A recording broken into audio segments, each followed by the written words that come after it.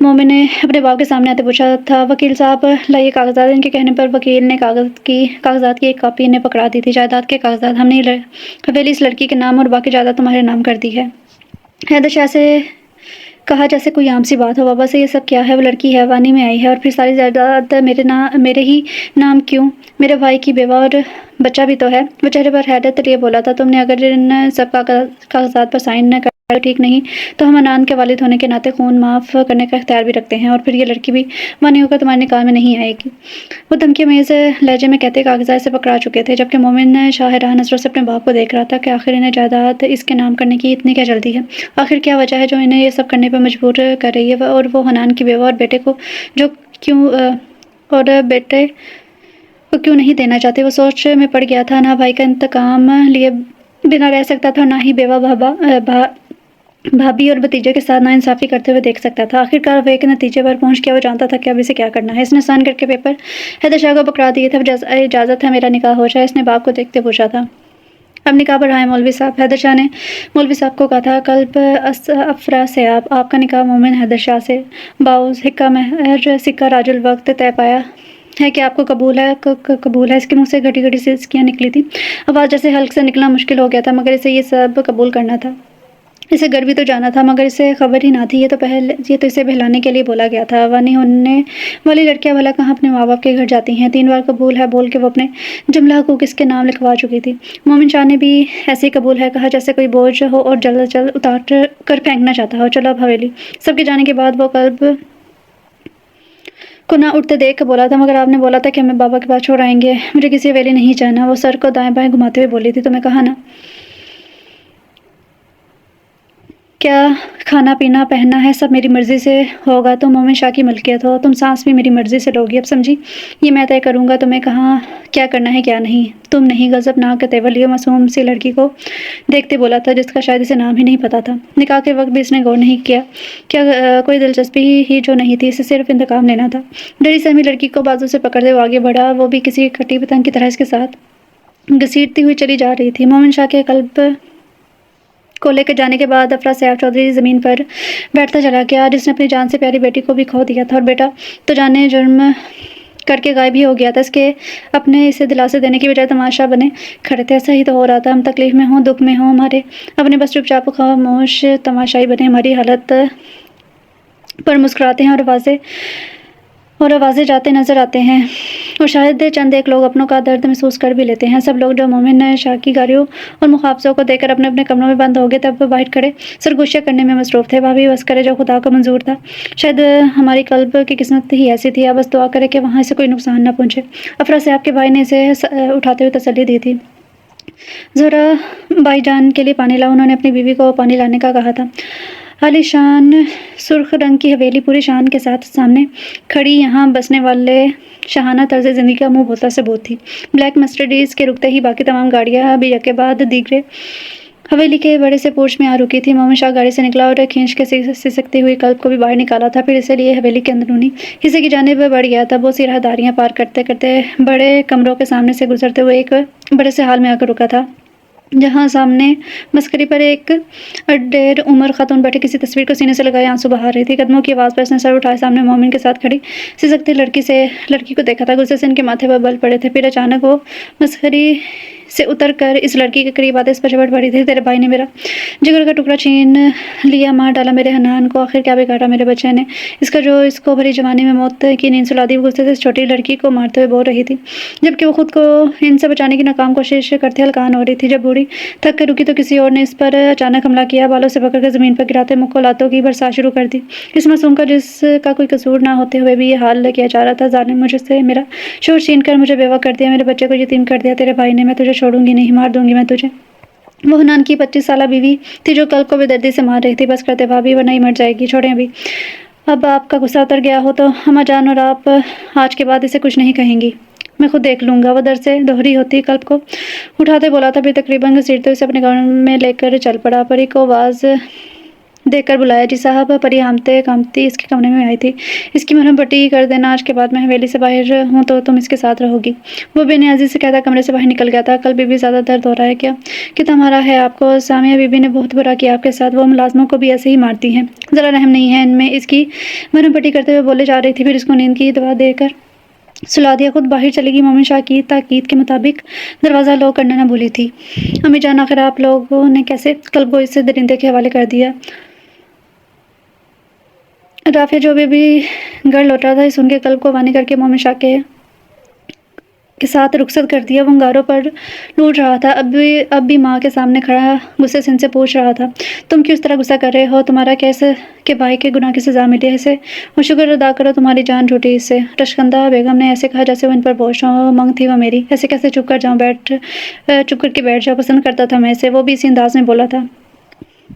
ہاں تو شکر ہے یہ بات شاہو کو نہیں پتا تھی، ورنہ پرائی لڑکی میں کہیں تجھے ہی نقصان نہ پہنچا دیتے۔ وہ شکر ادا کرتے بولے تھے، آپ کو کیا لگتا ہے میں خاموشی ہو کر ہاتھ پر ہاتھ دھرے بیٹھا رہوں گا؟ بے غیرت نہیں ہوں میں خود کلب کو وہاں سے لے کر آؤں گا۔ آرام سے بات کر گیا تھا، رشکندہ بیگم کا آرام سکون تباہ کر گیا تھا۔ وہ سوچ میں پڑ گئی تھی کہ کیسے اپنے اکلوتے بیٹے کو بچائیں۔ وہ تو اپنی بھانجی سے اس کی شادی کے ارمان سجائے بیٹھی تھی کہ اب تو راستے کا کانٹا بھی نکل گیا تھا، مگر ان کا بیٹا وہ خود پرائی آگ میں کودنے کی بات کر رہا تھا۔ وہ جب تھکا ہارا کمرے میں پہنچا، سامنے ہی اس کو بیڈ پر لیٹے خواب خرگوش کے مزے لیتے دیکھ اس کے ماتھے پر بل پڑے تھے، دماغ کی رگیں تن گئی تھی۔ جتنا وہ خود پر قابو پانے کی کوشش کرتا تھا ہی زیادہ اس کو غصہ آ جاتا۔ اب بھی ایسا ہی ہوا تھا، بابا مجھے آپ کے پاس آنا ہے، وہ نیند میں ہی بول رہی تھی۔ اس کے چہرے پر درد کے آثار واضح تھے، مارنے کی وجہ سے اس کی آنکھوں کے نیچے نیل پڑ چکے تھے۔ اس کا نیند میں باپ کو پکارنا جلدی پر طے کا کام کر گیا تھا۔ وہ کڑوے تیور لیے اس کی جانب بڑھا تھا، کمفرٹ کھینچ کر اتار پھینک کر اتنے پہ ہی بس نہیں کیا، اسے کندھے سے پکڑ کر اٹھاتے بیڈ سے نیچے وہ اتار چکا تھا۔ بیڈ کی چادر بھی اتار کے دور اچھا لی تھی، جیسے کلب کا جسم ڈھکنے سے ناپاک ہو گئی ہو۔ پھر وہ الٹے قدم لیتا کلب کی طرف مڑا تھا۔ کسے پوچھ کے یہاں سوئی تھی تم، اور کیا سوچ کے سوئی تھی؟ میری چیزوں کو چھونے کی جرات بھی کیسے کر لی تم نے؟ وہ اسے کندھے سے پکڑ کر جھنجھوڑتے ہوئے پوچھ رہا تھا، اور رونے لگ گئی تھی۔ ایک تو کچھ دیر پہلے پڑنے والی مار کا درد ویسے ہی برقرار تھا، اس کے جھنجھوڑے کی وجہ سے اور زیادہ تکلیف ہو رہی تھی۔ چپ، ایک دم چپ، آواز نہ آئے تمہاری، زبان کھینچ لوں گا۔ مجھے روتی دھوتی لڑکیاں بالکل بھی پسند نہیں ہیں۔ مومن کی داڑھ پہ سے چپ لگ گئی تھی۔ آخری اور پہلی بار معاف کر رہا ہوں، آئندہ کوئی غلطی معاف نہیں کروں گا۔ وہ ایسے بول رہا تھا جیسے ابھی پیار بری بات کی ہو۔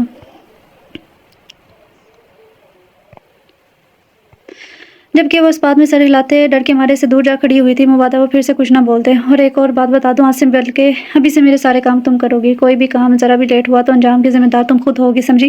وہ اب قدرے نرم لہجے میں اسے کہہ رہا تھا، شاید اس کی روتی صورت دیکھ کر مومن کو ترس آ گیا تھا۔ وہ اٹکتے ہوئے پوچھنے لگی، ایسے جیسے اس کے علاوہ بھی کوئی اور وہاں پر موجود تھا اور اسے کہا گیا ہو۔ ہاں کیوں، تمہارے علاوہ کمرے میں کوئی اور بھی ہے کیا؟ مومن نے آنکھیں دکھاتے ہوئے سوال کیا تھا۔ نہیں تو کل میں تھوک نکلا۔ شرفو، پری کو اوپر بھیجو میرے کمرے میں۔ شرفو کو حکم دیتے وہ فون کان سے ہٹائے جیب میں رکھ چکا تھا۔ ابھی 2 منٹ ہی گزرے تھے کہ پری ان کے سامنے کھڑی تھی۔ جی صاحب جی، آپ نے بلایا؟ وہ مؤدب انداز سے نظر چکائے بولی تھی۔ ہاں، اپنی بیوی جی کو میرا سارا کام سمجھا دو، اور ہاں کچھ کھانے کو بھی دے دو۔ جی صاحب میں بنا دیتی ہوں۔ چلے بیوی جی، میں آپ کو سب کام اب سمجھا دوں۔ مومن کو جواب دیتے وہ پری سے مخاطب ہوئی تھی۔ مومن بھی کمرے سے نکل گیا۔ چلے میں آپ کو حویلی دکھاؤں، بہت بڑی اور پیاری ہے حویلی۔ شاہو کی پری ایک بہت ہی بات 19-20 برس کی لڑکی تھی۔ وہ کلب سے بھی اتنا ہی پیار اور مان سے پیش آ رہی تھی جیسے وہ باقی حویلی والوں کی طرح اس کی نظر میں اہم ہو۔ اے لڑکی، کہاں لے کے جا رہی ہے اس منوس کو؟ سامیہ جو سفید جوڑے میں ملبوس اما سائیں کے کمرے میں جا رہی تھی، اس کو دیکھ کر بولی تھی، وہ صاحب جی نے بولا ہے کہ ان کو کام سمجھا دوں ان کا، اور کھانا بھی دے دوں۔ پری نے من مومن کا حکم اسے سنا ڈالا تھا۔ ہاں لے جاؤ، پھر پورے گھر کا کام بھی تو بتا دینا، یہ بھی تمہارے ساتھ ہی کام کرے گی، آخر کو مفت کی روٹیاں تھوڑی توڑنے دیں گے اس کو۔ وہ نفرت سے کہتی اما سائیں کت مسخری کی طرف بڑھ گئی تھی۔ پتہ نہیں خود کو سمجھتی کیا ہیں یہ، جیسے باقی سب تو ہیں ہی کیڑے مکوڑے ان کے سامنے۔ پری بڑبڑائی تھی، یہ لے آپ بریانی کھائیں جلدی سے، نہیں تو پھر سے آ جائیں گی۔ وہ بریانی کی پلیٹ کو اس کی طرف بڑھاتے ہوئے بولی تھی، بھائی جان کی موت کا جتنا دکھ تجھے ہے اتنا ہی ہمیں بھی ہے، مگر تو نے خود کو سب سے دور ہی کر لیا ہے یار۔ علی نے شکوہ کیا تھا، مجھے لگتا ہے میں نے خود کو کھو دیا ہے، جیسے میں رہا ہی نہیں ہوں۔ وہ خلا میں گھوٹتے ہوئے کہہ رہا تھا، تیرا مسئلہ پتہ کیا ہے؟ تیری حالت ایسی تب ہوتی ہے جب تو کچھ غلط کرے، میں تجھے اچھی طرح جانتا ہوں۔ علی اس کے کندھے پر ہاتھ رکھتے ہوئے اپنائیت سے بولا تھا،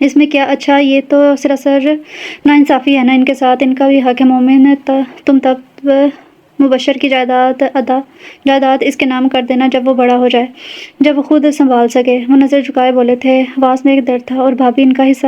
وہ اس حویلی میں حنان کی بیوہ کی حیثیت سے رہ رہی ہے نا، ہم نے اسے یہ حق دے دیا ہے نا، یہی بہت زیادہ ہے۔ سامیہ کے نام پر ان کا لہجہ تلخ ہو گیا تھا۔ اور تم کیا مجھ سے سوال کرنے آ گئے ہو؟ جاؤ، تم نے اپنی منمانی تو کرنی ہے سو کر لی، مجھے کچھ دیر اکیلا چھوڑ دو۔ وہ اپنی آنکھوں میں آئی نمی چھپاتے مومن کو جانے کا بولے تھے۔ مومن کے جانے کے بعد انہوں نے پھر سے بندوق اٹھائی، اسے چھو کے محسوس کرنے لگے یہ ان کو اپنے دوست سے ملے تحفے والی وہ واحد چیز تھی جو انہیں بہت زیادہ عزیز تھی۔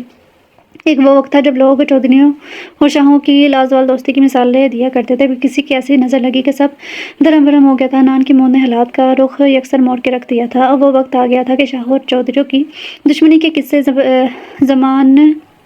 زبان زرد عام تھے۔ ایک گہرا راز دل میں لیے حیدر شاہ جانے کی سوچ میں گم، سب اچھا ہونے کی امید دل میں لیے بیٹھے تھے، اور یہ دشمنی پتہ نہیں کب تک چلنی تھی۔ ایک معصوم کو تو اس آگ میں جھونک دیا گیا تھا، اور یہ کرنے والا ان کا لاڈلا بیٹا مومن تھا، جو کبھی ایسا نہ کرتا، جلد بازی میں فیصلے کرنے والا۔ مگر بھائی کی موت نے اسے سر تا پیر بدل دیا تھا۔ وہ نرم دھیما لہجہ اور ہمدردی بھرے احساسات تو کہیں دور جا سوئے تھے، اس کے دل میں اب صرف نفرت کی آگ اور دشمنی کا بدلہ لینے کی آگ جل رہی تھی، جس کے بجھنے کی کوئی صورت نظر نہیں آتی تھی، نہ دکھائی دے رہی تھی۔ انتقام کی آگ کے شعلے اس قدر وحشتناک اور شرانگیز ہوتے ہیں کہ کبھی اپنا وجود بھی اس کی ربٹ میں آ جاتا ہے۔ جو لوگ انتقام کی آگ میں جلتے ہیں وہ بدلہ لینے کے بعد بھی کوئی خوشی حاصل نہیں کر سکتے۔ جو انتقام کسی دوسرے کی بربادی ہوتا ہے وہ بھلا کسی کو خوشی کیسے دے سکتا ہے؟ اور انتقام کی آگ میں جلتے انسان اکثر اپنا ہی نقصان کر بیٹھتے ہیں۔ اب مومن شاہ کے ساتھ آگے کیا ہونے والا تھا، یہ تو آنے والے وقت نہیں بتانا تھا۔ سر پر اوڑھی شال اب سرک کر کندھوں پر ڈھلک گئی تھی۔ وہ جھکی کچن میں صفائی کرنے میں مگن تھی، ارد گرد سے بالکل بے خبر، جبکہ لمبے سیاہ ریشمی بال کمر پر آبشار کی صورت میں بکھرے تھے۔ وہ جو پانی پینے آیا تھا کچن کے دروازے پر ٹھٹک کر رکا تھا، وہ جو لڑکیوں کو نظر اٹھا کر دیکھنے کا بھی روا دوا نہ تھا، آج اسے جانے کون سا جذبہ رکنے پر مجبور کر گیا تھا۔ وہ اسے دیکھنے میں ایسا محور ہوا کہ یہ بھی یاد نہ رہا کہ آیا کس کام کے لیے ہے۔ پری، اب اس کا کیا کرنا ہے؟ وہ مڑتے ہوئے پری سے بولی جو کب کی جا چکی تھی۔ پھر سامنے کھڑے شخص کو دیکھ کر خوف کے سائے اس کے چہرے پر لہرائے۔ شال کا ہوش آیا تو جلدی سے کندھوں سے شال کو سر پر لپٹا۔ وہ خود کو ڈھانپ چکی تھی، اس کی آواز سنتے ہی وہ بھی ہوش میں آیا تھا، اور پھر نظروں کا زاویہ بدلتے وہ پانی کی بوتل منہ سے لگائے کھڑا تھا۔ پانی پیتے وہ کچھ بھی کہے بغیر اپنے روم کی طرف بڑھ گیا تھا۔ اس کے جاتے ہی وہ دوبارہ اپنے کام میں مگن ہو گئی تھی۔ وقار جو کچن کے سامنے سے ہی گزر رہا تھا، ایک لڑکی کو کام کرتے دیکھ کر رک کے الٹے 2 قدم پیچھے لیتا کچن کے اندر داخل ہوا تھا۔ ارے واہ، کیا ملازمت رکھی ہے حویلی والوں نے! ان لوگوں کی تو قسمت ہی اچھی ہے کہ ملازمائیں بھی ان کو خوبصورت ملتی، اور ہم ہے کہ وہ کمینگی سے دل پر ہاتھ رکھے قلب کو غلیظ نظروں سے دیکھتے ہوئے کہہ رہا تھا، جبکہ اس کے دیکھنے پر قلب کو بہت برا محسوس ہوا تھا، اور اس کا ملازمہ کہنا اسے احساس کمتری میں مبتلا کر گیا تھا۔ وہ خباثت سے کہتا قلب کی طرف بڑھا اور ایک ہی جست میں اس کی کلائی تھام لی تھی۔ چھوڑو مجھے۔ وہ اپنی کلائی چھڑانے کی کوشش کرنے لگی۔ اگر نہ چھوڑوں تو کیا کرو گی؟ ہاں؟ کلائی پر گرفت بڑھی تھی، وہ درد سے بلبلا اٹھی، دبی دبی سسکیاں اس کے منہ سے نکلی تھیں، آنسو پلکوں کی بار توڑ کے گالوں پر لڑک گئے تھے۔ جانے من رو کیوں رہی ہو؟ میں نے تو کچھ نہیں کہا ابھی تک، وہ کمینگی سے کہتا دوسرے ہاتھ سے اس کی گال پر موجود آنسو صاف کرنے لگا۔ قلب نے چہرہ موڑ لیا تھا۔ زرین انسان، چھوڑ مجھے۔ اس نے ایک بار پھر سے خود کو چھڑوانے کی کوشش کی تھی۔ لو چھوڑ دیا۔ تم اس حویلی میں ہو اور میں بھی، دیکھتے ہیں کب تک بچ پاؤ گی مجھ سے۔ اس کی کلائی چھوڑتے وہ خباثت سے بولا تھا۔ آزاد ہوتے ہی وہ وہاں سے بھاگتی چلی گئی۔ مومن کے کمرے میں جا کے جھٹ سے دروازہ بند کر کے موری آنسو آنکھوں سے بے اختیار نکل کر گالوں کو بھگو رہے تھے۔ وہ جو ٹاول سے گیلے بالوں کو رگڑ رہا تھا، اچانک اس کے اس طرح ڈرے سہمے انداز میں روم کے اندر داخل ہونے پر سوال کرتا ہوا اسے اپنے سوچے سمجھنے کا موقع دیے بغیر اس کے چوڑے سینے سے آ لگی تھی۔ مومن شاہ کے جسم میں کرنٹ سا دوڑ گیا تھا اس کے اچانک اس انداز پہ۔ اب حالت یہ تھی کہ وہ اس کے سینے سے لگی کانپ رہی تھی، جبکہ وہ بقا اس کے ڈر سے کانپتے وجود کو دیکھ رہا تھا۔ ایک بار ہاتھ بڑھا کر اسے خود سے دور کرنا چاہا، مگر پھر ہاتھ روک لیا۔ کیا ہوا ہے؟ کیوں رو رہی ہو؟ اس کو ہلتا ہوا نہ دیکھ کر وہ پوچھ بیٹھا تھا۔ اس کی آواز سنتے ہی وہ ہوش میں آئی تھی۔ پھر اچانک نظریں اٹھا کر مومن کو دیکھا۔ اپنی پوزیشن کا خیال آتے ہی وہ فوراً اس سے دور ہوئی تھی۔ بولا، کیا گونگی ہو گئی ہو؟ کل کو نہ بولتا دیکھ کر اس نے پھر سے پوچھا تھا۔ وہ بتانے لگی تھی، پھر خیال آیا کہ کہیں اس پر بھی اسے نامات پڑ جائے، اس لیے چپ ہو گئی۔ یہ وہ کیا لگا رکھا ہے؟ بتاؤ، بھابھی اور رما نے مارا ہے یا کسی ملازم نے کچھ کہا ہے؟ مومن کے پوچھنے پر وہ کچھ نہ بولی، بس اس کے لیتے روتی رہی تھی۔ اچھا چپ ہو جاؤ اماں اور بھابھی سے میں خود بات کروں گا، ان میں سے کوئی بھی آج کے بعد تمہیں کچھ نہیں کہے گا۔ اب رونا دھونا بند کرو۔ وہ جو سمجھ رہا تھا ماں یا بھابھی نے کچھ کہا ہو، اسے تسلی دیتے ہوئے کہا، اچھا جاؤ اب پری کے پاس، تمہیں میں نے کہا رہا تھا تمہیں میں کہہ رہا ہوں نا کہ اب تمہیں کوئی کچھ نہیں کہے گا۔ اب کی بار وہ تھوڑا غصے سے بولا تھا، نہیں میں باہر نہیں جاؤں گی، مجھے ڈر لگتا ہے۔ بس اس کے لیتے رونے لگی تھی۔ اچھا ٹھیک ہے نہ جاؤ، اب یہ رونا تو بند کرو نا۔ مومن کو اس کے رونے سے سخت کوفت ہو رہی تھی۔ اس نے جھنجھلا کر بولا تھا۔ اب وہ آنسو صاف کرتی رونے کا شغل ترک کر چکی تھی، مگر اب بھی ڈر سے کانپ رہی تھی۔ وہ سب کے لیے مشت غباری ہی تو تھی، مٹھی بھر ریت جس کی کوئی بکت نہ تھی کسی کی نظروں میں۔ بابا کے گھر چاچی کا ڈر اور مار کا کیا کم تھا جو ادھر آ کر یہ ظلم رونا تو جیسے اس کی قسمت میں لکھ دیا گیا تھا۔ وہ بابا کے گھر بھی چاچی کی نفرت کا نشانہ بنی رہی، اسی نفرت اور حسد میں چاچی اس کے باپ اور بھائی کی غیر موجودگی میں گھر کا سارا کام اس معصوم سے کرواتی اور باپ کو نہ بتانے کی دھمکی بھی دیتی کہ اگر اس نے باپ یا بھائی کے سامنے زبان کھولی تو مار مار کے شر بگاڑ دے گی۔ مار کے ڈر سے وہ آج تک کسی کے سامنے نہ بولی تھی۔ ہاں البتہ اس کے باپ اور بھائی کی موجودگی میں چاچی اسے اس قدر پیار سے پیش آتی جیسے وہ اس کی سگی اولاد ہو۔ یہاں آ کے بھی وہ سب کی نظروں میں اپنے لیے نفرت دیکھ چکی تھی، صرف پری ہی اسے پیار سے پیش آئی تھی، اور مومن کا رویہ تو دھوپ چھاؤں کا تھا، کبھی سخت غصہ اور کبھی نرم دل۔ پچھلے 9 گھنٹوں میں جب سے وہ اس حویلی میں آئی تھی بلکہ لائی گئی تھی، اس نے یہ سب محسوس کیا تھا۔ حویلی والوں نے نئی ملازمہ رکھی ہے کیا؟ مبشر کو چاکلیٹ کھاتے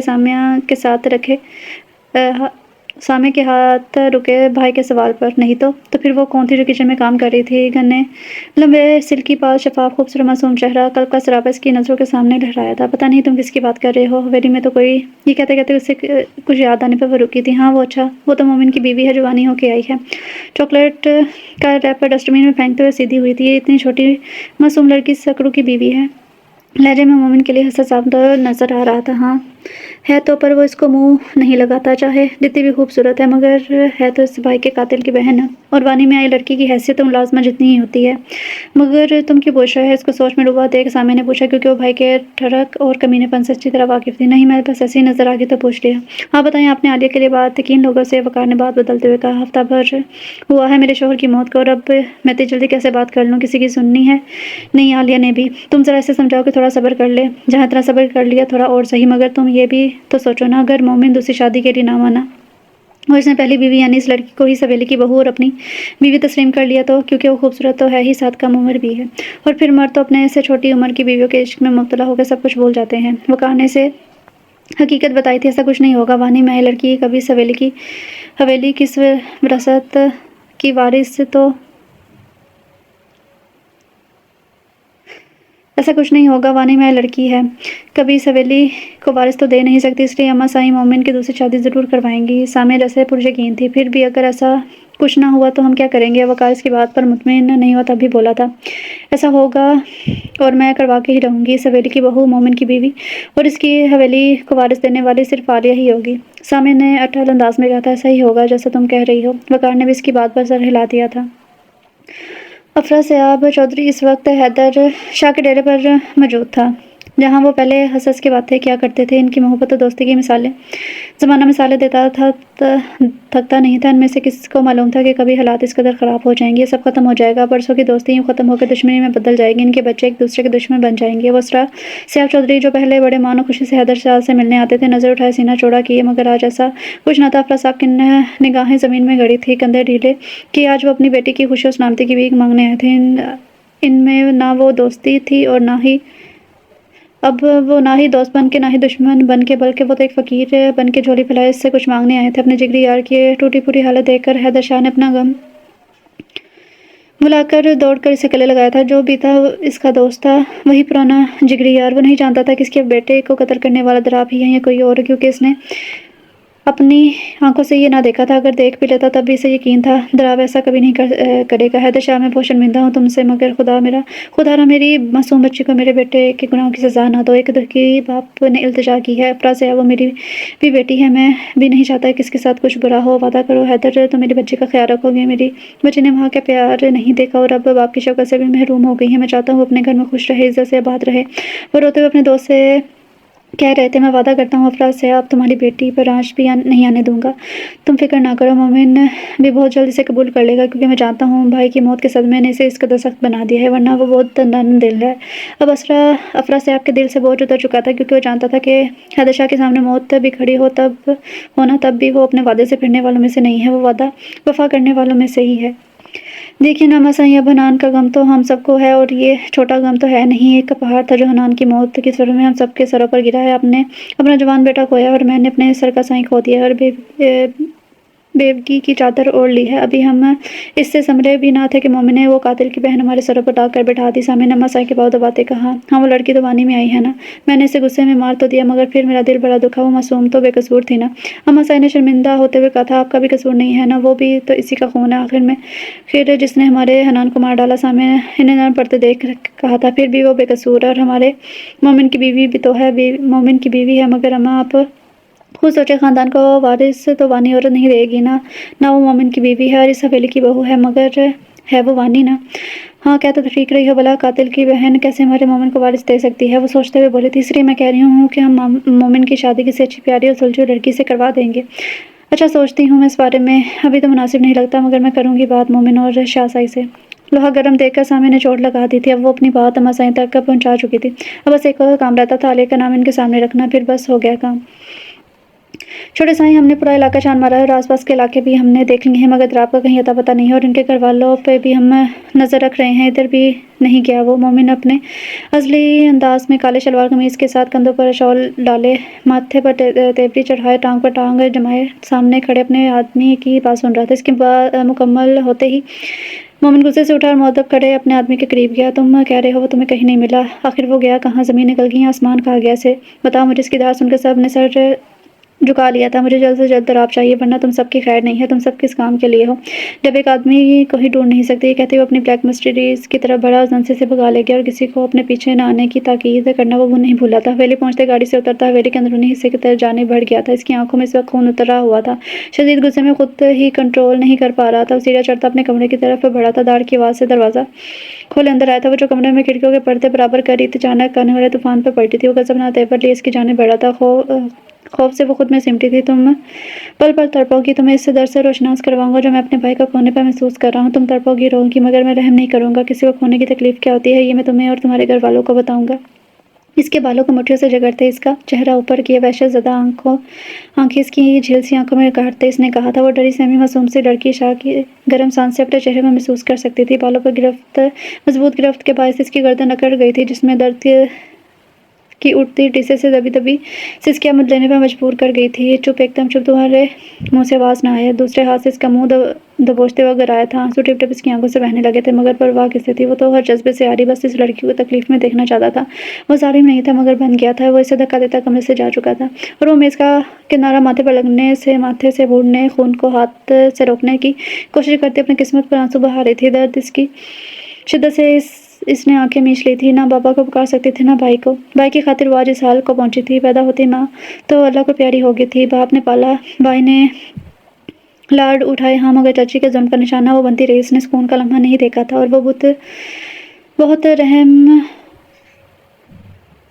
بے رحم انسان اس کی حالت کر کے خود سڑکوں کی خاک چھاننے نکل پڑا تھا۔ غصے میں یہ قدم اٹھا تو لیا تھا اس نے، مگر پھر احساس ہو رہا تھا کہ یہ کیا کر دیا، آخر وہ اس قدر ظالم کیوں بن گیا ہے؟ بھائی کی محبت میں یا پھر سینے میں جلتی انتقام کی آگ کی وجہ سے جو بجھنے کا نام نہیں لے رہی تھی؟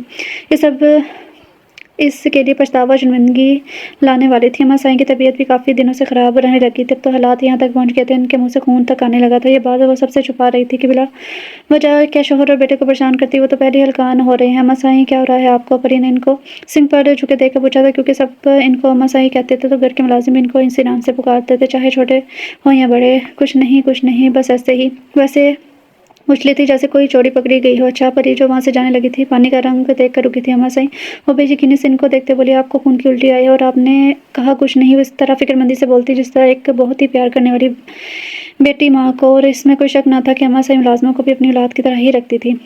دیکھ پری، میں تیرے آگے ہاتھ جوڑتی ہوں، تو کسی کو نہیں بتائے گی، نہ ہی چھوٹے سائیں کو، نہ ہی بڑے شاہ کو۔ پری کے سامنے ہاتھ جوڑتی منت بھرے لہجے میں بولی تھی، اما سائیں آپ ایسا کیوں بول رہی ہیں؟ آپ میرے سامنے ہاتھ نہ جوڑیں، نہ آپ بس حکم کریں مجھے، اور آپ سائیں کو بتائیں، اس طرح تو آپ کی طبیعت زیادہ بگڑ جائے گی۔ پری نے بندھے ہوئے ہاتھ تھامے ہوئے کہا تھا، تھوڑی سی طبیعت خراب ہے، ابھی نہیں دوائی لوں گی تو ٹھیک ہو جاؤں گی۔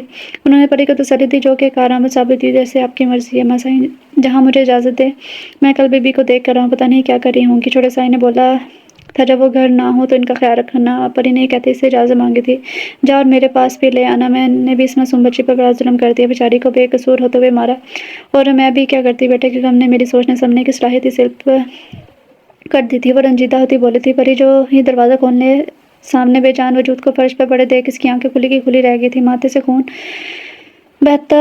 سے بہتا خون فرش پر ایک لکیر کی صورت میں کلین میں جذب ہو رہا تھا، جیسے چہرہ رٹھے کی مانند سفید پڑ چکا تھا، ہونٹ بھی نیلے پڑ رہے تھے۔ پتہ نہیں وہ کب سے اس حالت میں پڑی تھی۔ پری کی تو ہمت نہ ہوئی اس کے قریب جانے کی، اس نے نیچے کی جانب دوڑ لگائی تھی۔ وہ 2 سیڑھیاں پلنگتی ہوئی حویلی سے باہر کھڑے شرفو کے پاس ہامتی پہنچی تھی۔ سانس بھی بھاگنے کی وجہ سے پھول چکی تھی، پاؤں میں جوتی بھی نہ تھی، اور چہرے کی اڑی رنگت دیکھ کر ایک لمحے کو شرفو نے بھی دل پر ہاتھ رکھا تھا۔ پری خیر تو ہے نا؟ کیا ہو گیا ہے تجھے؟ تو اس طرح بھاگی چلی آ رہی ہے؟ وہ بھی سولیا میں اماں صاحب تو ٹھیک ہے نا؟ اس طرح پری کی اڑی رنگت دیکھ کر پوچھا تھا وہ شرفو۔ چھوٹی بی بی اس کے حل سے آواز نہیں نکل رہی تھی۔ بول بھی صحیح کیا ہوا چھوٹی بی بی کو؟ شرفو نے سوال کیا۔ ان کے ماتھے سے خون بھی نکل رہا، وہ اپنے کمرے میں پڑی ہیں، اور مجھے لگتا ہے ان کو سانس بھی نہیں آ رہا۔ اللہ نہ کرے مجھے لگتا کہ وہ مر۔ پری کیا ہو گیا ہے تجھے؟ اچھے الفاظ منہ سے نکال کیوں مایوسی کی اور ڈرانے والی باتیں کر رہی ہے تو؟ شرفو نے اس کی بات کاٹتے ہوئے کہا، جلدی سے چھوٹے سائیں کو فون کرو جلدی نا۔ ہاں میں کرتا ہوں فون۔ وہ جیب سے فون نکالتے ہوئے بولا تھا۔ بیل تو جا رہی تھی مگر سائیں فون نہیں اٹھا رہے۔ لو اب کاٹ دیا۔ شرفو نے موبائل اسکرین کو تکتے ہوئے کہا۔ شرفو بار بار کال کر کیا پتہ اٹھا لیں، بس کال کر، وہ اپنی ہتھیلیاں رگڑتے ہوئے بولی تھی۔ مومن جو سگریٹ پہ سگریٹ پھونک رہا تھا، بار بار آنے والی شرفو کی کال پر اس کے ماتھے پر بل پڑے۔ اب اس کو کیا موت پڑی ہے؟ کیوں بار بار کال کر رہا ہے؟ کہیں سکون بھی نہیں لینے دیتے؟ یہ کہتے اس نے فون کان سے لگایا تھا۔ ہاں بول شرفو، کیا مصیبت آ گئی ہے تجھ کو؟ صبر نہیں ہو رہا جو؟ وہ غصے سے بولنے لگا، مگر دوسری طرف کی بات سنتے کے بعد اس کے چہرے پہ غصے کی بجائے پریشانی صاف نظر آ رہی تھی۔ ماتھے پہ پڑے بل ڈھیلے ہوئے سگریٹ کا آدھا حصہ پھینکتے فون بند کرتے وہ فوراً گاڑی میں بیٹھا تھا، اور جتنی اسپیڈ سے چلا سکتا تھا اتنی تیزی سے حویلی کی جانب چلا گیا۔ وہ خود کو کوس رہا تھا، آخر اس کی وجہ سے ہی تو یہ سب ہوا تھا۔ وہ نہ کرتا غصہ قلب کو نہ ڈراتا اور نہ دھکا دیتا تو اس کی آج یہ حالت نہ ہوتی۔ آخر وہ اتنا بے حس کیسے ہو سکتا ہے؟ بے قصور تھی، اس کا کوئی جرم نہ تھا، پھر اسے کیوں سزا دے رہا تھا؟ بس ایک بار وہ ٹھیک ہو جائے پھر اسے کوئی تکلیف نہیں دوں گا، میں ایک روز تک نہیں آنے دوں گا۔ اس کے بھائی نے جرم کیا ہے تو سزا بھی صحیح دوں گا۔ مومن نے خود سے عہد کیا تھا۔ قلب کا سنتے پتہ نہیں کیوں اس کے دل کو بہت تکلیف پہنچی تھی، ایسے جیسے کسی نے چھڑا اس کے سینے میں کھونپ دیا ہو۔ اس سوچ میں حویلی کے پورچ میں گاڑی روکتے ہوئے جھٹکے سے باہر نکلا اور اپنے کمرے کی طرف بھاگا۔ راستے میں پری بھی اس کے پیچھے بھاگی تھی۔ کمرے میں پہنچتے ہی سامنے کا منظر سے اپنا دل چیرتا ہوا محسوس ہوا تھا، جسم سے جان نکلتی ہوئی لگی تھی۔ یہ سے اب معلوم ہوا تھا وہ تو اپنی ہی کیفیت سے انجان تھا، وہ تو بس اس لڑکی کو تکلیف دینا چاہتا تھا، پھر اس کا دل کیوں کٹ رہا تھا؟ مومن نے لبک کر اس کے پاس بیٹھتے سے اپنی باہوں میں بھرا تھا۔ قلب کے بے جان بازو جھولنے لگے تھے، ایسے ہی اسے باہوں میں بڑے وہ سیڑھیاں اترتا نیچے آیا تھا۔ سامیہ نے حیرت سے اسے دیکھا تھا تو اس کے تن بدن میں آگ لگی کہ اکوانی کی اتنی پڑپا۔ شرفو گاڑی نکالو، ہمیں ابھی ہاسپٹل جانا ہے۔ وہ قلب کو باہوں میں بھرے ہی دور کھڑے شرفو کو بولا تھا۔ شرفو کی گاڑی نکالتے ہی اس نے بیک سیٹ پر قلب کو لٹایا، پھر خود بھی بیٹھا اور قلب کا سر اپنی گود میں رکھ لیتا۔ گاڑی ہاسپٹل کی جانب تیزی سے رواں دواں تھی۔ مومن کی نظریں قلب کے معصوم چہرے سے ٹکرا رہی تھی۔ اٹھو دیکھو تمہیں کچھ نہیں ہوگا، میں آئندہ ایسا کچھ نہیں کروں گا، پلیز آنکھیں کھولو پلیز۔ مومن اس کا چہرہ دل دباتا دیوانہ وار کہہ رہا تھا۔ شرفو گاڑی تیز چلا۔ ہاسپٹل میں پہنچتے اس نے قلب کو پھر سے باہوں میں بھرا تھا اور اسے اندر بھرا تھا۔ ڈاکٹر صاحب میری بیوی کو دیکھیں، یہ آنکھ نہیں کھول رہی، پلیز اس کو دیکھیں کیا ہو گیا؟ وہ بے قراری سے کہتا۔ ڈاکٹر کو کوئی دیوانہ ہی لگا تھا۔ دیکھیں شاہ صاحب آپ حوصلہ رکھیں، ہم ابھی آپ کی مسز کو دیکھتے ہیں، ڈاکٹر نے سر جیسے تسلی دی تھی۔ ڈاکٹر اس کا ٹریٹمنٹ کرتے رہے، ماتھے کی بینڈیج بھی کر دی، اور وہ یہ ساری کارروائی بے چینی سے دیکھ رہا تھا۔ ڈاکٹر کیا بات ہے، وہ ٹھیک تو ہے نا؟ اسے کچھ ہوا تو نہیں؟ ڈاکٹر کے قریب آتے مومن نے بے چینی سے پوچھا تھا۔ جی سب ٹھیک ہے، چوٹ تو گہری نہیں تھی، ہم نے بینڈیج کر دی ہے، مگر مجھے لگتا ہے وہ مینٹل سٹریس کی وجہ سے بے ہوش ہوئی ہیں۔ آپ نے اچھا کیا ان کو وقت پر لے آئے۔ دوائیں لکھتی ہیں آپ انہیں وہ کھلائیں اور کسی طرح بھی اسے سٹریس سے دور رکھیں۔ ڈاکٹر پیشہ ورانہ انداز میں ان کو ہدایت دینے لگے۔ پھر قلب کو لے کر وہ حویلی آ گیا۔ قلب کو نیند کا انجیکشن دیا گیا تھا جس کی وجہ سے وہ ابھی تک سو رہی تھی۔ مومن اس کے پاس بیٹھا اس کے چہرے کو تکتے جا رہا تھا، کتنا معصوم پاکیزہ چہرہ تھا، اور میں اسے تکلیف دیتا رہا، میری وجہ سے ان کے ہرن جیسی آنکھوں میں آنسو آ گئے۔ قلب کی آنکھوں کو انگلیوں سے چھوتے وہ خود سے بول رہا تھا۔ وہ نیند میں تھے جب گردن پر ٹھنڈی نوکدار چیز کے دباؤ کی وجہ سے ان کی آنکھ کھلی تھی۔ اماں صاحب نیند کی دوا لے کر سوتی تھی جس کی وجہ سے آنے والے کا کوئی خطرہ نہیں تھا، شاید وہ پہلے ہی یہ بات جانتا تھا، تب اس نے اس لیے رات کے اس پہر کا انتخاب کیا تھا۔ بغیر چوچرا کے سارے پیپرز میرے حوالے کر دو اور ان پر سائن بھی کر دو، ورنہ تم جانتے ہو بڈھے کہ تمہارے ساتھ کیا ہو سکتا ہے۔ بیٹا تو تم کھو ہی چکے، تمہارا بس ایک ہی سیارہ باقی ہے جسے تم ہرگز نہیں کھونا چاہو گے، اور تمہارا پوتا، وہ بھی تو تمہیں بہت عزیز ہے، آخری نشانی جو ہے وہ تمہارے بیٹے کی، یقیناً تم اسے بھی کھونا نہیں چاہو گے۔ آنے والا ہنوز ان کی گردن پر چاقو رکھے بول رہا تھا۔ حیدر شاہ نے بھی اس کی بات مانتے سارے پیپرز اس کے حوالے کی اور جو کاغذ اس کے حوالے کیے اس پر بھی سائن کر کے کاغذ کو اس کو دے دیا۔ تھانے والے نے تن سے مسکرا اس کی طرف کی اور جیسے چپ چاپ آیا تھا ویسے ہی وہاں پہ چلا گیا۔ حیدر شاہ پیچھے اپنا سر تھام کر رہ گئے تھے۔ مت مارو چاچی، مجھے مت مارو، میں سارا کام کر دوں گی۔ وہ نیند میں بے چینی سے بول رہی تھی۔ مومن جس کی بیٹھے بیٹھے ہی آنکھ لگ گئی تھی، قلب کی آواز پر اس نے جھٹ سے آنکھیں کھولی تھی۔ کیا ہوا، ٹھیک ہو تم؟ ادھر دیکھو، کوئی نہیں تمہیں کچھ کرے گا، مارے گا کوئی بھی نہیں، تم سے نہ کوئی اونچی آواز میں بات کرے گا۔ مومن نے اس کا ہاتھ پکڑتے ہوئے کہا تھا۔ کل میں بوجھل آنکھیں کھول لی۔ وہ اب چاچی کے پاس نہیں تھی مگر اپنے پاس موجود شخص کو دیکھ کر خود سے کانپی تھی۔ پلیز مجھے مت مارے، وہ اس سے دور ہوتے ہوئے بولی تھی۔ مومن نے ضبط سے آنکھیں بند کی تھی، پھر پانی کا گلاس اس کی طرف بڑھایا۔ لو پانی پیو، میں تمہیں کچھ نہیں کہوں گا، پکا کچھ نہیں بولیں گے نا؟ گلاس اس کے ہاتھ سے لیتے اس نے بے یقینی سے پوچھا تھا۔ ہاں، اگر تم میری بات مانو گی تو میں کچھ نہیں بولوں گا، اگر نہ مانی تو پھر تم جانتی ہو میں کیا کروں گا، اپنے قریب کرتے ہوئے بولا تھا۔ ہاں میں مانوں گی، کسی معصوم بچے کی طرح وہ جلدی سے بولی تھی۔ چلو اب آنکھیں بند کرو، سونے کی کوشش کرو۔ مومن نے اسے سینے سے لگاتے اس کا سر تھپتھپاتے ہوئے کہا۔ وہ آنکھیں بند کرتی اس کا حکم مان گئی تھی۔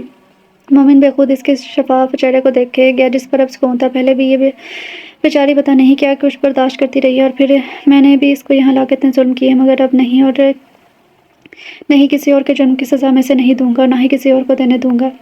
اس سوچتے اس نے قلب کو خود میں ایسے بیٹھا، اس کے دل میں ایک سکون سا اتر رہا تھا جیسے وہ بہت قیمتی شے اس کو مل گئی ہو۔ پھر وہ بھی آنکھیں موند گیا تھا۔ پری تم کس کا کھانا لے کر جا رہی ہو؟ اور یہ مومن نیچے کیوں نہیں آیا کھانا کھانے؟ اما سائی نے برتنوں میں کھانا سجائی پری سے پوچھا تھا۔ اما سائی، وہ رات کل بی بی کی طبیعت بہت زیادہ بگڑ گئی تھی، وہ بے ہوش ہو گئی تھی، تو چھوٹے سائی نے ہسپتال لے کر گئے تھے۔ ابھی بھی انہوں نے کہا کہ ان کو اور کل بی بی کا کھانا اوپر لے جاؤں۔ پری نے ٹرے سجاتے ہوئے کہا۔ تم نے بتایا کیوں نہیں؟ میں جا کے دیکھ لیتی بچی کو۔ تم بھی نہ حد کرتی ہو پری، تمہاری ماں سکینہ تو اتنی لاپرواہ کبھی نہیں رہی جتنی تم ہو۔ اما سائی نے پری کو ڈانٹ سنائی تھی۔ پہلے اپنی اداؤں معصومیت سے مومن کو پھانس لیا اس نے، اب آپ اس کے آگے پیچھے جائیں گی اما سائیں؟ سامع کے لفظوں میں قلب کے لیے جھلکتی نفرت وہاں موجود سب لوگوں نے محسوس کی تھی۔ وہ معصوم کیوں تھے ظلم برداشت کرے، کس کا کیا قصور ہے آخر؟ اما سائیں کی آنکھوں میں اس معصوم کا چہرہ گھوما تھا۔ ہوگی وہ معصوم بے گناہ بچی، مگر آپ سب یہ کیوں بھول جاتی ہیں، وہ بھی تو ایک قاتل کی بہن اور وانی میں آئی ہے، پھر یہ عنایتیں کیوں؟ پلیٹ میں چمچ پر رکھتے وہ زور سے بولی تھی۔ کیا طریقہ ہے؟ یہ ثابت نہیں ہوا کہ اس کا بھائی قاتل ہے یا نہیں، چلو ہم مان لیتے ہیں اس کے بھائی نے ہی قتل کیا ہے، مگر اس معصوم کا اس سب میں کیا قصور؟ وہ تو ان سب باتوں میں تھی ہی نہیں۔ یہ کافی نہیں ہے کہ وہ اس گھر میں اپنے بھائی کے ان گناہوں کی سزا بھگت رہی ہے جو اس نے کیے بھی نہیں ہیں؟ اور رہی بات مومن کی، تو قلب اس کی بیوی ہے، وہ جو چاہے اس کے ساتھ سلوک کرے، تم اس پر بات نہ ہی کرو تو بہتر ہے۔ حیدر شاہ آنکھوں میں سرخ آنکھیں لیے اپنے سخت انداز میں سامیہ کو گھورتے ہوئے بولے تھے۔ جا رہی ہوں میں اپنے کمرے میں، میری تو کسی کو پرواہ ہی نہیں ہے، اب سب کرے آرام سے ناشتہ، بس تھوڑا سا سوپ پی لو، اگر کچھ کھاؤ گی نہیں پیو گی نہیں تو ٹھیک کیسے ہوگی؟ مومن ایسے سوپ پلاتے کی کوشش کرنے ہوئے پیار سے کہہ رہا تھا۔ مجھے نہیں پسند یہ، اس کا ٹیسٹ اچھا نہیں ہوتا۔ وہ ہنسی ہوئی تھی۔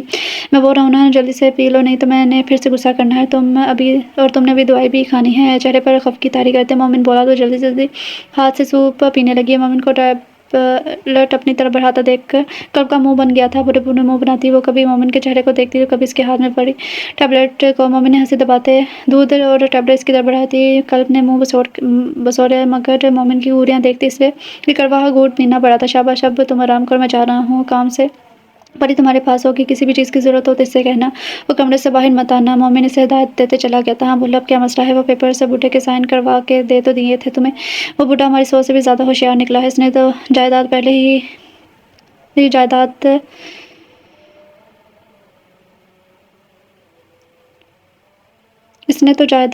پہلے ہی کسی اور کے نام کر دی۔ وہ کسی ہارے ہوئے جواری کی طرح بول رہا تھا جس نے سب کچھ داؤ پر لگا کر بھی بازی ہار دی تھی۔ اس کے نام کی ہے ساری جائیداد اور حویلی، ساری جائیداد مومن شاہ کے نام کر دی ہے حیدر شاہ نے، مگر وہ حویلی اس کل کیا لڑکی کے نام کر دی ہے۔ اس کے پاؤں اس خبر سے لڑکھڑائے تھے۔ ایسا کیسے ہو سکتا ہے؟ ان لوگوں کو محروم کر کے کسی غیر کے نام، تو اب کیا کرنے کا ارادہ ہے تمہارا؟ جو بھی کرو، مجھے بس ساری جائیداد چاہیے۔ سامیہ تم ہوش سے کام لو، ہم لوگ بہت جلد ان لوگوں سے سب کچھ چھین لیں گے، پہلے تو ہمیں اس لڑکی پر فوکس کرنا ہوگا، اس کو ڈرا دھمکا کے حویلی اپنے نام کروانی ہوگی۔ سب سے اہم کام ہے تمہیں مومن کی شادی آلے سے جلد از جلد کروانی ہوگی، کیونکہ وہ لڑکی اگر مومن کے دل میں جگہ بنانے میں کامیاب ہوگی تو سب کچھ ہمارے ہاتھ سے چلا جائے گا، ہم کہیں کے نہیں رہیں گے۔ سن رہی ہو نا میں کیا بول رہا ہوں؟ اس کا جواب نہ پا کر وہ کانے سے پکارا تھا۔ ہاں میں سن رہی ہوں، بس اب تم دیکھتے جاؤ میں کرتی کیا ہوں۔ آلے سے گھر کی بہو اور مومن کی بیوی ہی بنے گی، اور اس لڑکی کو خالی ہاتھ یہاں سے جانا ہوگا۔ نے اپنا شوہر تو کھو دیا ہے، مگر یہ حویلی اور جائیداد کسی قیمت پر نہیں کھو سکتی۔ سامیہ کا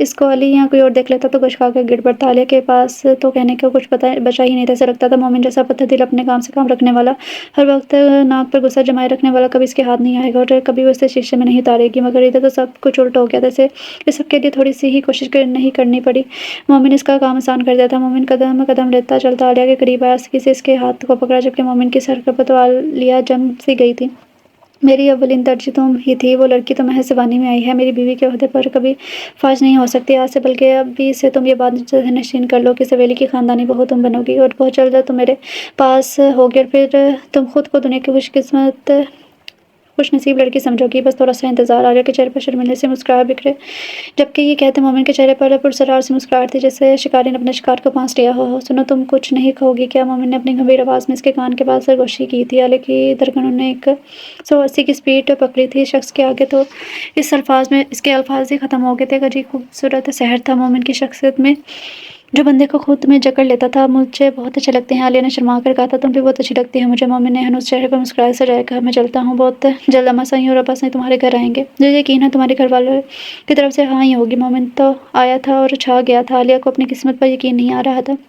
باہر نکلتے مومن کے چہرے پر ہمیشہ والی سنجیدگی آ گئی تھی، کچھ دیر پہلے والی نرمی اور مسکراہٹ کا نشان باقی نہ تھا۔ اب تم لوگوں سے میں تمہاری زبان میں ہی بات کروں گا، کیونکہ تم لوگ محبت کے مارنے کے عادی ہو، تو میں بھی تم لوگوں کو اسی محبت کے جال میں پھانس کر ماروں گا۔ مومن سوچتا اپنی بلیک مرسیڈیز میں بیٹھ کے واپسی کے سفر پر روانہ ہوا، کیونکہ اس نے اپنی منزل کے لیے پہلا اور اہم قدم بڑھا لیا تھا۔ مومن کے جاتے عالیہ نے سامیہ کو فون لگایا۔ ابھی میں آپ کو بتا نہیں سکتی آج میں کتنا خوش ہوں، پرجوش لہجے میں کہتے عالیہ نے سامیہ کو بتایا تھا کہ وہ بہن کوئی کارون کا خزانہ ہاتھ لگ گیا ہے جو اس قدر خوش ہو۔ سامیہ نے طنز کیا تھا، ارے آپ بھی ایسا ہی سمجھ لیں کہ کوئی کارون کا خزانہ ہاتھ لگا ہے؟ عالیہ نے بھی اسی کے انداز میں جواب دیا، اچھا اب سیدھا سیدھا بتاؤ آخر بات کیا ہے جو تو اس قدر خوش ہے؟ آپ ہی کیوں سمجھے، اب ہم اپنے مقصد کے بہت قریب ہیں، بہت قریب۔ عالیہ نے رازدانہ انداز میں کہا، اب پہیلیاں نہ بجا، بس اتنا بتا کہ اصل بات کیا ہے۔ سامیہ نے خفگی سے کہا تھا، یوں سمجھے مومن اب میری مٹھی میں ہوگا، سمجھے اور ہونے میں بڑا فرق ہے بہن۔ سامیہ نے پھر طنز کیا تھا، ہاں ہے تو، مگر بس کر بہن، تم نہ رات کی بجائے دن میں بھی خواب دیکھنے لگی ہو۔ میں رکھ رہی ہوں فون، عالیہ کی بات کاٹتے سامیہ نے غصے سے کہا، مومن نے مجھے پرپوز کیا ہے۔ سامیہ کو لگا مذاق کر رہی ہے، تم تو مذاق کر رہی ہو نا، دوبارہ بولو ابھی کیا کہا تم نے؟ سامیہ کے لہجے میں بے یقینی تھی، مومن نے مجھے پرپوز کیا اور بہت جلد مجھ سے شادی کرنے والا ہے۔ یہ نہ تو کوئی جو خواب ہے اور نہ ہی کوئی مذاق ہے، بلکہ ایک خوبصورت حقیقت ہے۔ عالیہ کی تو خوشی سنبھالے نہیں سنبھل رہی تھی، یہ سب مومن کی چال نہ ہو عالیہ، سامیہ کو تو یہ سب عجیب لگ رہا تھا۔ آپ بھی نا، مومن ہمارے بارے میں تھوڑی جانتا ہے، وہ کیوں کوئی چال چلے گا؟ آپ بھی نا، عالیہ نے اس کی بات کی نفی کی تھی، ہاں یہ بات بھی ہے، مومن کون سا یہ بات جانتا ہے کہ ہم کیا کر رہے ہیں؟ چلو جو بھی ہے، مبارک ہو تمہیں، یہ واقعی بہت خوشی کی خبر ہے۔ سب سامیہ بھی پرسکون ہوئی تھی، ان کو لگ رہا تھا وہ اپنے مقصد میں کامیاب ہو رہی ہیں، اس کے قریب پہنچ گئی ہیں، مگر اصل حقیقت تو کچھ اور ہی تھی، وہ اپنی بربادی اور ناکامی کے قریب جا رہی تھی۔ مومن نے ایسی چال چلی تھی کہ ان کو لگ رہا تھا کہ وہی جیت رہی ہیں، مگر حقیقت میں ایسا کچھ نہیں تھا۔ مومن کو وہی دکھا رہا تھا جو دیکھنا چاہتے تھے۔ اصل بازی گر تو وہ تھا جو ایسی بازی کھیلے کہ سامنے والے کو یقین ہو جائے کہ جیت اسی کی ہے اور دوسرا بندہ ہار رہا ہے، اور جیت اسی کی ہو جس اصل میں ہارتا ہوا نظر آئے۔ مومن نے بھی ایسی ہی بازی کھیلی کہ جس میں بظاہر تو سامنے لوگوں کو لگا وہ جیت رہے ہیں، حقیقت تو یہ تھی کہ یہ ان کا ہار کی طرف پہلا قدم تھا۔ آپ جو بھی قلب کے بارے میں کیا جانتی ہیں؟ رافع نے بہت سوچنے کے بعد اس نمبر پر آخر قول ملا لی تھی، اس کے ہاتھ میں وہ نقاب پوش تمہاری ہی